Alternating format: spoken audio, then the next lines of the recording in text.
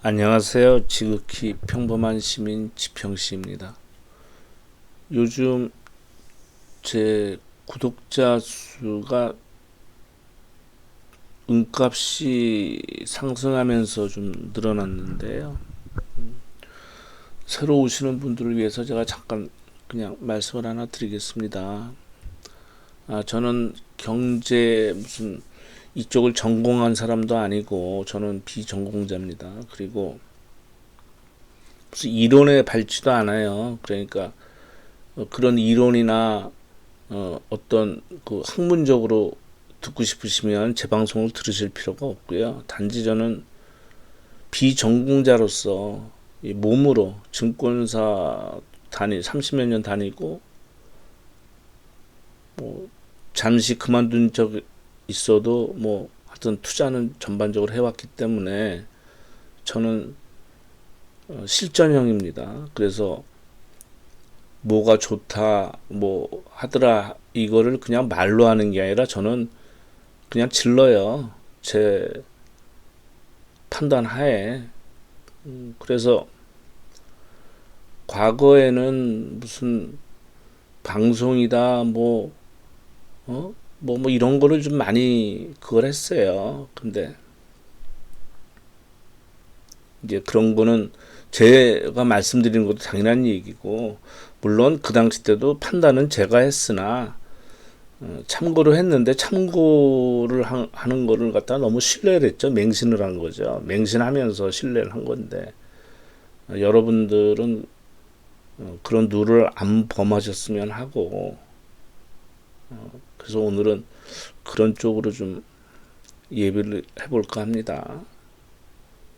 그 우리가 그냥 우스갯소리 비슷하게 부자가 되는 법이 세 가지가 있다고 그러죠. 그 부자인 부모 밑에 태어나거나 경제적 능력이 뛰어난 배우자를 만나거나, 세 번째는 투자를 잘 하라는 얘기가 있습니다. 첫 번째, 두 번째는 뭐 바람직하지 않다고 보고요. 또 본인이 어떻게 마음대로 되는 일도 아니거니와 투자를 잘하는 수밖에 없습니다. 그럴 때면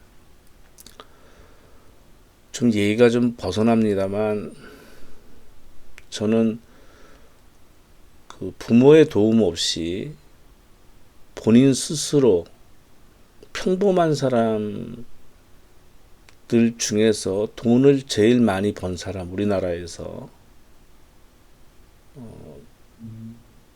누군지는 압니다만 아마 일반인한테 알려지지 않았어요. 그분은 자신을 드러내기 싫어합니다. 그래서 드러내질 않고, 근데 그때는 그냥 정상적인 시장에서는 돈을 벌 수가 없죠. 그 버블이 일어나야지만 그때 기회를 잡고서, 그때 벤처 분 뭐 이런 거 있지 않습니까?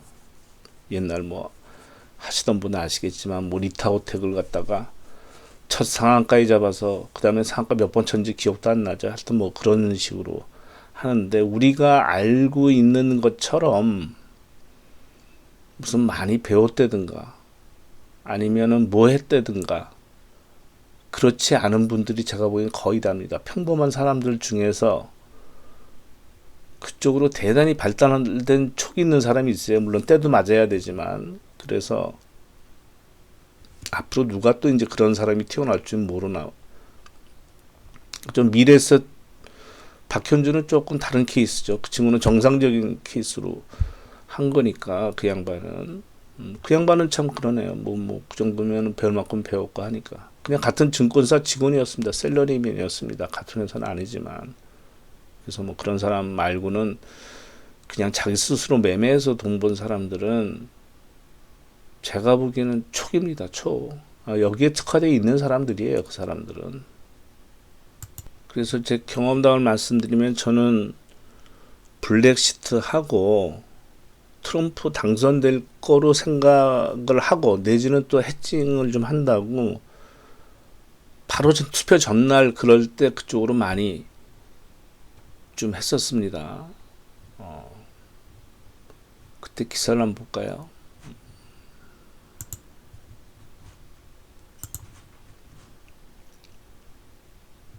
이게 아닌데. 제 기억에 블랙시트는 최소 5%, 트럼프는 10% 하락한다고 그랬습니다. 여기 나오죠. 트럼프 당선되면 8% 하락한다고 나와 있죠. 이거를 개인들이 얘기한 게 아니고 대단한 먹물들이 다 얘기한 겁니다. 미국에서. 여기는 8%, 여기는 7%, 뭐 이런 식이었죠. 물론 그날 하루 반짝에서 옵션이 7배 났었습니다. 6배 정도 났구나. 근데 뭐 그 다음부터는 뭐 그냥 올랐죠. 2016년도 뭐 있나요? 뭐 없어요. 그냥. 그러니 뭐 전문가라는 사람들을 뭐 말 들을 필요도 없고 결국은 뭐 본인의 판단과 책임해야 하는 거죠. 뭐 그러니까 너무 무슨 뭐 어마어마한 무슨 뭐 어디 연구소라든가 아니면은 무슨 뭐 저거 무슨 뭐 워렌 버핏이 뭐라고 그랬더라. 그거 다 필요 없는 얘기입니다. 제 방송은 주로 50대, 60대에서 제일 많으시니까 아마 이 과거 얘기를 잠깐 해보겠습니다. 이건 제 경험담이니까요.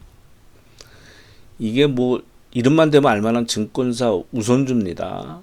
1988년도부터 나와 있네요. 이게 연봉이거든요. 제가 이게 한 칸에 1년입니다. 이게 막대기 하나에. 그러니까 제가 86년도 말에 입사를 했는데 그때 이건 액면가 5,000원으로 이제 환산이 돼서 나온 그래프고요. 그 당시 때 액면가 1,000원이었는데 증권사들이 다 1,000원 밑이었어요. 제가 들어간 회사가 제일 비싼 1등 회사인데도 불구하고 1,000원 밑에 있었습니다. 그래서 그 당시 때 900원에 발행을 했거든요. 그러니까 지금으로 따지면은 뭐 그냥 쉽게 말씀드려서 액면가 5,000원인데 뭐 한 4,500원 뭐 그 당시 때 그렇게 발행이 가능했습니다. 아니다. 잘 거꾸로 말했네. 현재가가 4,500원인데 5,000원에 발행하는 겁니다. 액면가 밑으로 유상자를 할 수가 없어서. 그랬던 게 이렇게 오른 겁니다. 한 2년 사이에. 근데 이때 얼마의 우선주를 발행한 줄 아세요? 38,900원에 발행했습니다. 그 당시 때. 물론 53,000원까지는 갔었네요. 이게 98년도 딱 나와 있죠. 12월. 그 증거로 IMF 때 이게 460원 같습니다. 460원. 예. 이게 30년이 지나도 과거에 유상증자 발행한 가액을 지금 12,000원이니까는 엄두도 못 내죠. 그죠? 근데 이때 어떤 상황들이 벌어졌냐면, 그때 유상자를 안 받을 수도 있잖아요. 그죠? 근데 회사 분위기란 것도 있고 자기가 몸담고 있는 회사인데 장기 저리로 대출을 해주고 급여에서 매달 얼마씩 나가니 장기 저축했다고 생각을 하고 어떤 놈들은 뺀질뺀질해서 하여튼 어떻게 하면 배정을 덜 받을까 하고 막 하여튼 이런 일도 있었는데 이게 어떤 일이 벌어졌냐면 이제 액면가가 5,000원짜리인데 현재가가 4,500원밖에 안 되는데 5,000원에 샀잖아요. 손해잖아요. 그게 이제 6,000원, 7,000원 가고 이제 10,000원 가고 그랬지 않습니까? 10,000원도 가기 전에 제 기억에 한 7,000원 갔을 때 제일 먼저 판 애들이 누군지 아세요? 지금은 리서치라고 표현할지 모르지만 그 당시 때는 경제연구소라고 그랬습니다. 경제연구소 나온 애들이 제일 먼저 팔아먹었어요. 이제 손해 아니고 조금 이득 났다고. 그때 누가 돈 번지 아십니까? 지나고 나서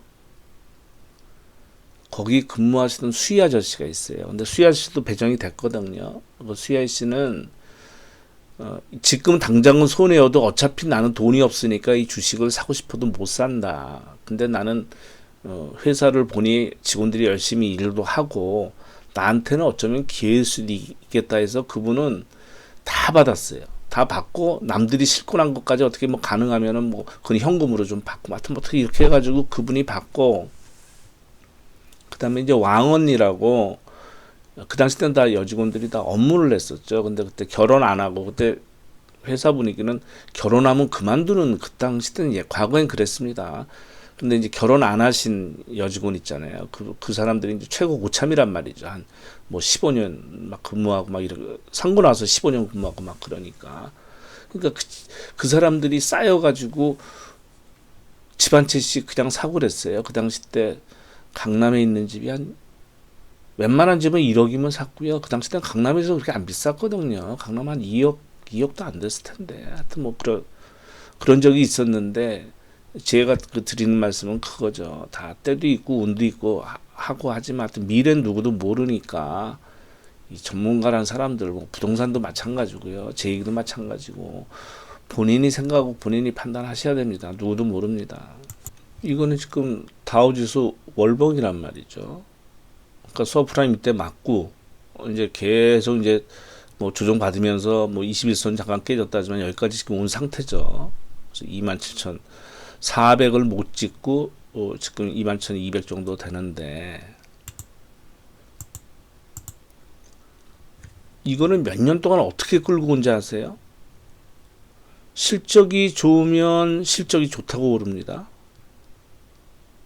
실적이 나쁘면 또 양적완화 돈 푼다고 금리 인한다고 해서 또 오릅니다. 그러면 어차피 오르는 거예요. 그죠? 그 사람들 주장대로 하자면 실적이 좋으면 좋은 대로 오르고 실적이 나쁘면은 양적 완화로서 돈질해서 오르고 그러니까 결국은 뭐 수급이 우선하는 거죠. 그거는 그러면 이게 뭐 소위 3세번이라고 한 3번까지 약발이 먹혀요. 근데 지금 작년에 금리 인상 잠깐 했다가 올해 더 한다고 그랬다가 말 싹 바꾸서 금리 인하 지금 들어간단 말이죠. 인하하겠죠. 한다고 그랬으니까. 이걸 계속해? 그래도 돈을 풀고 저는 그때 은을 사겠다는 얘기입니다. 더. 그리고 말씀 나온 김에 제가 증권회사 직원인데 저의 계획은 그거거든요. 저는 은으로 수익을 내고 그 다음은 어디를 가야 되냐면 중국으로 가야 됩니다. 이거 잘하면 위로 먹고 아래로 먹고 위로 먹을 수 있어요. 아마 그게 어마어마할 수도 있습니다. 그러니까 이거는 미중 무역 전쟁이 끝나봐야 돼요. 끝나고 결과물을 보고 판단해야 돼요. 저는 그럴 거거든요. 이건 제 생각이니까. 그래서 그건 그때 가서 또 말씀을 드리겠으나 만약 금융시장이 완전 개방이 돼서 외국인들 투자가 완전 자유화됐다. 선물옵션 시장 다 개방했다. 그럼 배팅 들어가야죠. 사야죠. 그랬다가 이제 거꾸라질 겁니다. 왜? 몇 년 동안 먹여줄 거예요. 그랬다가 이제 박살이 나는 거죠. 이제 그때는 이제 하방으로 먹어야 되고 그걸 겪고 나면 중국이 없어집니까? 아니거든요. 우리 IMF 다음에 얼마 올랐어요. 대신에 우리가 중국 기업이 어디가 망할지 안 망할지 모르잖아요. 우리 뭐 대우, 뭐 한보철강, 뭐 어쩌고저쩌고 뭐 주인 바뀐 애들이 한둘이 아니잖아요. 뭐 어떻게 될지 모르니 지수로 해야죠. ETF로. 그건 그때 가서 말씀드리겠습니다. 레버리지 단 것들 조심해야 돼요. 그대로 승수가 안 나옵니다. 대코복구하거나 그랬을 때 그 착각하시면 큰일 나요. 나중에. 그래서 한 배짜리는 뭐 변동이 없겠으나 그건 나중에 말씀드리고 그래서 이번 달 말에 이제 미국 금리 이제 결정이 날 텐데 제가 걱정하는 게 그거거든요. 뭐 25pp 하냐 50pp 하냐 뭐 그건데 하여튼 25pp는 예상을 다 했던 거고 뭐 50pp를 하더라도 그때 반짝하겠어도 저는 그게 거의 이제 마지막 버블로 간다고 저는 그렇게 생각이 드는데 그때 빠지면 우리 증시가 어떻게 될까 저는 그게 걱정하는 거거든요. 디커플링 할 건지 같이 갈 건지 그래서 그 부분은 내일 시간 될려나 내일 시간 되면 한번 말씀드리는 거로 하고요. 뭐 제 생각을 말씀드리면은 무슨 뭐 볼트 놓을 때 무슨 뭐 어쩌고 저쩌고 저쩌고 뭐 한일 관계 이 무역 뭐 이거가 이거를 뭐 중재를 하네. 아니 트럼프 아니 볼턴이 이 인간이 무슨 협상가입니까? 얘가 어떤 애인데 힘으로 밀어붙여가지고 야 우리 10만 원이니까 너 죽을래 살래 하는 놈인데 이놈한테 뭘 기대해요? 제가 보기에는 이거 아베는 트럼프의 저 사냥개입니다 지금. 근데 서로 이득이 맞으니까 그 얘기하면 길어지니까 그 얘기 나중에 하도록 하겠습니다. 예, 감사합니다.